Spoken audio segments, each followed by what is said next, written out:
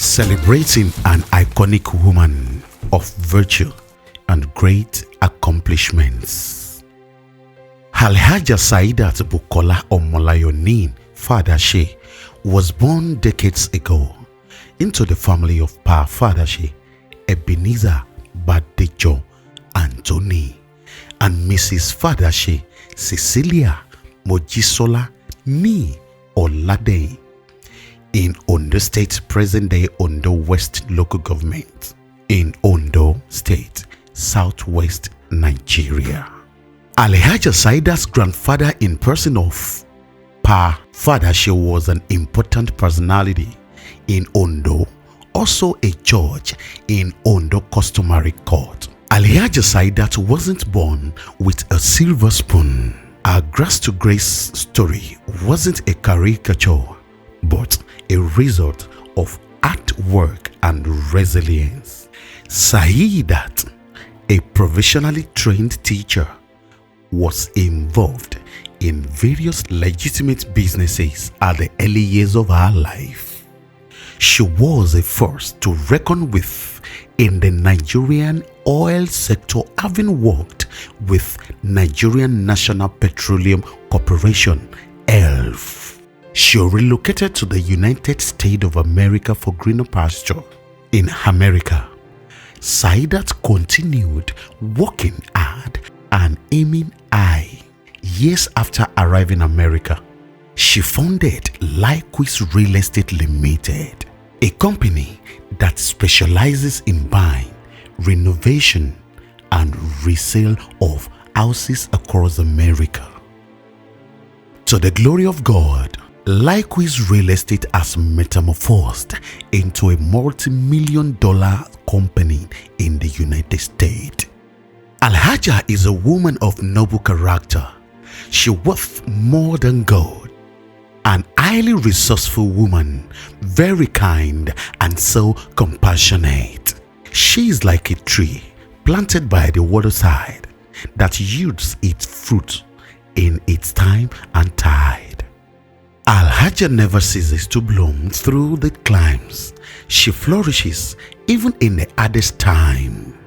Mommy, if you're not my mother, I still want to be a friend. If you're not my mother, I still want to be around you. And I tell people this all of the time. Mommy, you embody what it means to have a forgiving heart. You embody what it means to be gracious. You embody what it means to be selfless. You embody what it means to be kind. You are kind-hearted. You have a heart of gold, Mommy. Mommy, you go all out for people that you don't even know. You put places, you set people up for life. You put people in places that allows them to shine. You water people around you, Mommy. You want people around you to grow. That's the type of heart that you have. You see, everything I am and I hope to be, Mommy, I thank God and I thank you because you show me, not through words, but through action, the type of person that I want to be. And I thank God for your life, Mommy. You embody what it means to have the fruit of the Spirit. Mommy, you tell me this all of the time. Like they to have a shore funyo, shore to my shore to need some funyo. Down local. Don't do things that make them rely on you. Establish them. Let them have their own so they'll be able to be in their own. Mommy, you're an amazing person. You're an amazing human being. Hey, can share to my shore to my loshoti. Hey, can share to my funyo to my fugunya. Betty, Mommy, you are kind. You are selfless. You don't do things for recognition. Mommy, you're an amazing person. I love you and happy birthday. Abukia, as fondly called by long-time pal Uncle Yomi of UK, is an epitome virtue for all and sundry. Búkì ń fò lókè. Àwọn ọlọ́tẹ̀ ń gbẹ́lẹ̀ kiri. Ṣé wọ́n fẹ́ gbẹ́lẹ̀ mẹ́yẹ ni? Láíláí. Ṣé wọ́n fẹ́ gbẹ́lẹ̀ mẹ́yẹ ni? Ẹ bá mi bí wọ́n. Àjíkẹ́ fò lókè. Àwọn ọlọ́tẹ̀ ń bínú. Orí ẹlẹ́gàn ló kù.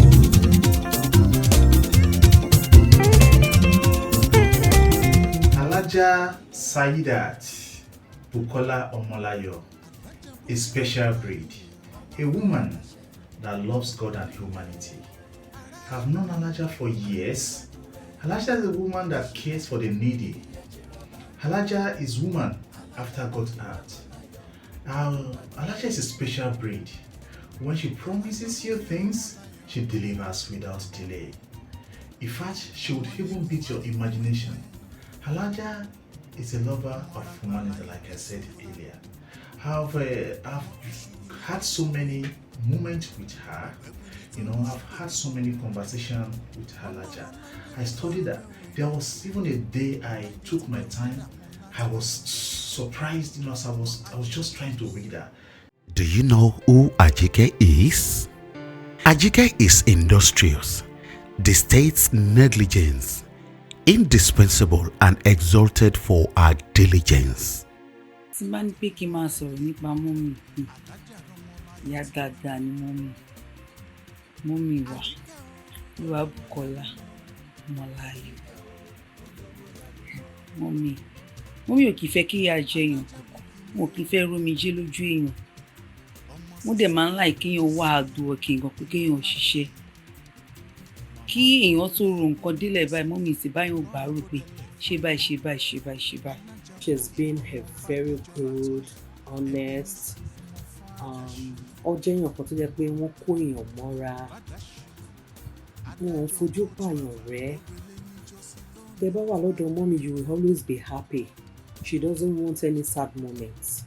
Ó jẹ́ èèyàn kan tó jẹ́ pé tí ẹ bá wà down, she will always be there for you. She will always call at the right time. Ìgbà tí inú mi bá bàjẹ́, if I'm sad, ìgbà yẹn ni mọ́mì máa pè sí mi ṣá. She has that spirit. Mọ́mì máa pè. At that time, she will call. Báwo ni Bùkọ́lá? Mo kàn ní kí ló ń ṣẹlẹ̀? Ẹ mọ̀ dẹ́ pé you will be forced. She would twist you that you will be forced to tell her whatever that is wrong with you. Bí ọdún kan lágbára Ọlọ́run, èyí sunkún lórí àwọn ọmọ yìí, ẹni tó jí mẹ̀lẹ̀mọ́lẹ̀ lágbára Ọlọ́run, ọkàn yín á balẹ̀ lórúkọ Jésù, ẹ kò rí ìdílé o. Lágbára Ọlọ́run, ẹ̀kọ́ ìjọba ò ní kọ́ yín lẹ́sẹ̀, ẹ̀dẹ̀ ní mọ̀ bójú ọmọ lágbára Ọlọ́run. Ọkọ̀ ọmọdé àti àgbàtẹ́ ń ṣòro fún ẹni kábàámọ̀ ò ní ṣe oríṣi lágbára Ọlọ́run. Inú ìwọ̀n sì máa dùn sí iṣẹ́ yín máa tẹ̀síwájú lágbára Ọlọ́run. A máa rí yín bá ṣe ń yọ̀ lórúkọ Jésù, àní rí yín sunkún lágbára Ọlọ́run. Iná ọ̀dẹ̀ ní rí àwọn ọmọ yín sunkún, ọ̀dẹ̀ ní rí àwọn sunkún lágbára Ọlọ́run. Ẹ máa rí yín ọlá ńlá lágbára Ọlọ́run. Ìbùkún Ọlọ́run kò ní fi yín sílẹ̀ o. Máa celebrate many years in Jesus' name. Happy birthday to you once again. Mọ́ mi jẹ́ nìkan tó ṣe pé wọ́n máa ń kóyàn mọ́ra. Wọn kì í like kéèyàn wà kó bí a kó ojú pọ̀ kínú ẹ̀ máa dùn. Mọ́ mi á béèrè pé kí ló ṣe, máa bọ̀. Ṣé owó ni màá fún ẹ lówó? Ṣé oúnjẹ ni màá fún ẹ? Mọ́ mi tó jẹ́ nìkan tó ṣe pé wọn kì í báwo mo ṣe lè pè é. Wọ́n máa ń kọ́ ọmọ ọlọ́mọ mọ́ra. Wọ́n like ọmọ kékeré. Wọ́n fẹ́ kọ́ ọmọdé ga. So that mo lè pè wọ́n ní ẹyinjú mi. Mo lè pè wọ́n ní my second God. Kí mo tó lè pè wọ́n kí ni nǹkan tó tóbi jù láyé after Ọlọ́run, àwọn ló tó kù fún mi. Bí kò wọ́n jẹ́ ìyá fún mi, wọ́n dẹ̀ tún jẹ́ aláàánú fún mi. Wọ́n jẹ́ nìkan tó pé ibi tí mo délé ní ọlá Ọlọ́run àtọ́lá wọn ni. Àwọn ni Ọlọ́run lò gẹ́gẹ́ bí áńgẹ́lì fún mi. I love you my mom. Ìgbà ọdún kan nínú owó, nínú ọlá, nínú ẹ̀mí gígùn. Owó mama Láìdé, mama Tọ́lá Tókunbọ̀, mama Tabdugani, mama ọlọ́mọ púpọ̀. Mọ́ mi ìgbà ọdún kan. Bọ́lá Saidat ọmọ Fàdáṣe, ó jẹ́ èèyàn pàtàkì, èèyàn tó láàánú, èèyàn tó wà caring. She don't like people to left out. O lè dọ́dọ̀ ẹ̀kún, o lè ronú dọ́dọ̀ ẹ̀kún, má bẹ́ẹ̀ rìn jáde. Abiyamọ tòótọ́, Bukola opens her arms to the poor and her hands to the needy. Ajike is a star. Ajike is a winner. She is graceful and strong, progressive and steady. Saidat is a lover of mankind. Mama Laide is the divination of humanity. Lover of peace, hater of deceit and deception. Clothed with strength and wisdom, Alhajah has a special gift of the sunny spirit. She could not be easily fooled. don't take Alhajah silence for foolishness. Oh. She is a selfless human being that sacrifices all for all. Her fighting spirit is unmatched. A submissive wife and a loving mother. Abiyamo ni Alhajah Saidat. She gave this earth 2 angels, namely Olaide Oyindamola and Ajikudus Ainde, whom she thought integrity and fear of God. Many women do noble things, but Saidat surpasses them all. Alhajah is clothed with strength and dignity. Diligence and submission are watchword. She has many unbiological children that rely on her shoulders. Without any physical charity foundation, Alhajah has affected lives both home and abroad. She has put smiles on faces of widows. Physically challenged persons are not left out from her kind gesture. Her kindness knows no bound. Beautiful and elegant.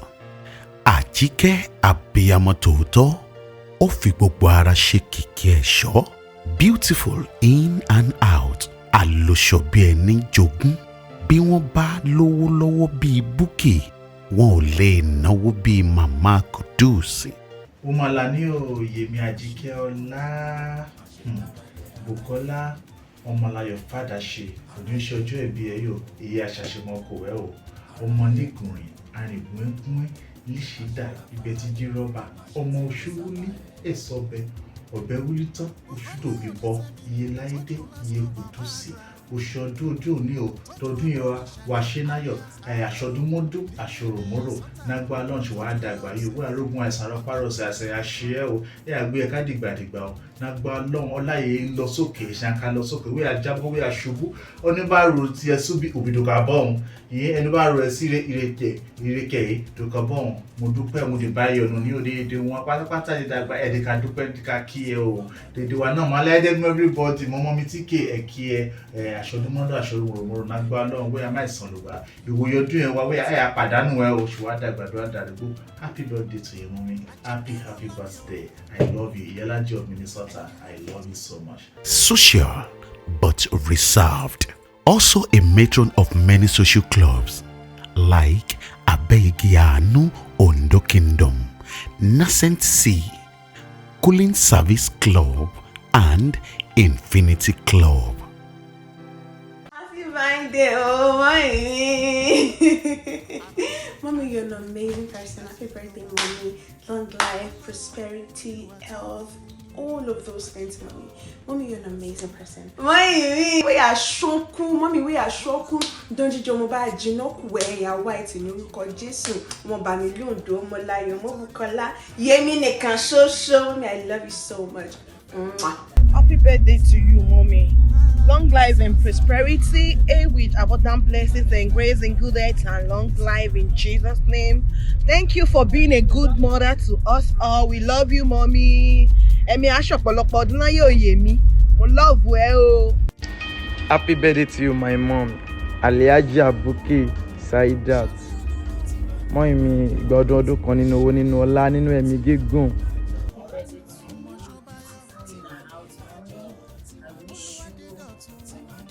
Life and prosperity,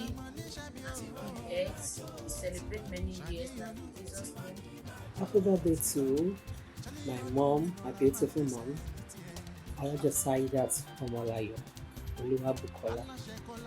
Èmi á ṣe púpọ̀ ọdún láyé o, lágbára Ọlọ́run. Happy birthday, mommy, Alhajah Saidat Olúwabùkọ́lá Omolayo. Ẹ ṣe ọ̀pọ̀lọpọ̀ ọdún láyé o. Màmá àwọ ọmọ alálùbáríkà, ọpẹ́lọpẹ́ wọn lára mi, ọpẹ́lọpẹ́ wọn lára àwọn ọmọ mi. She's a God sent. Mo wá gbàdúrà fún wọn lẹ́ni tẹ́ ń ṣọjọ́ bí. Ẹ ní rí dààmú o, ẹ ní mòṣì o, ẹ ní mọ wàhálà o, ẹ máa kéré oko délé ni. Ẹ ní fojú sunkún ọmọ o, ẹ ní gbọ́kọ sí, ẹ ní gbọ́mọ sí. Lágbára tẹlẹ́dùà.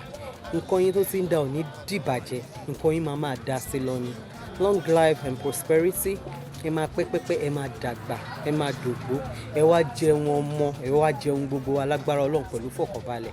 Enjoy your day, ma. Happy birthday to you.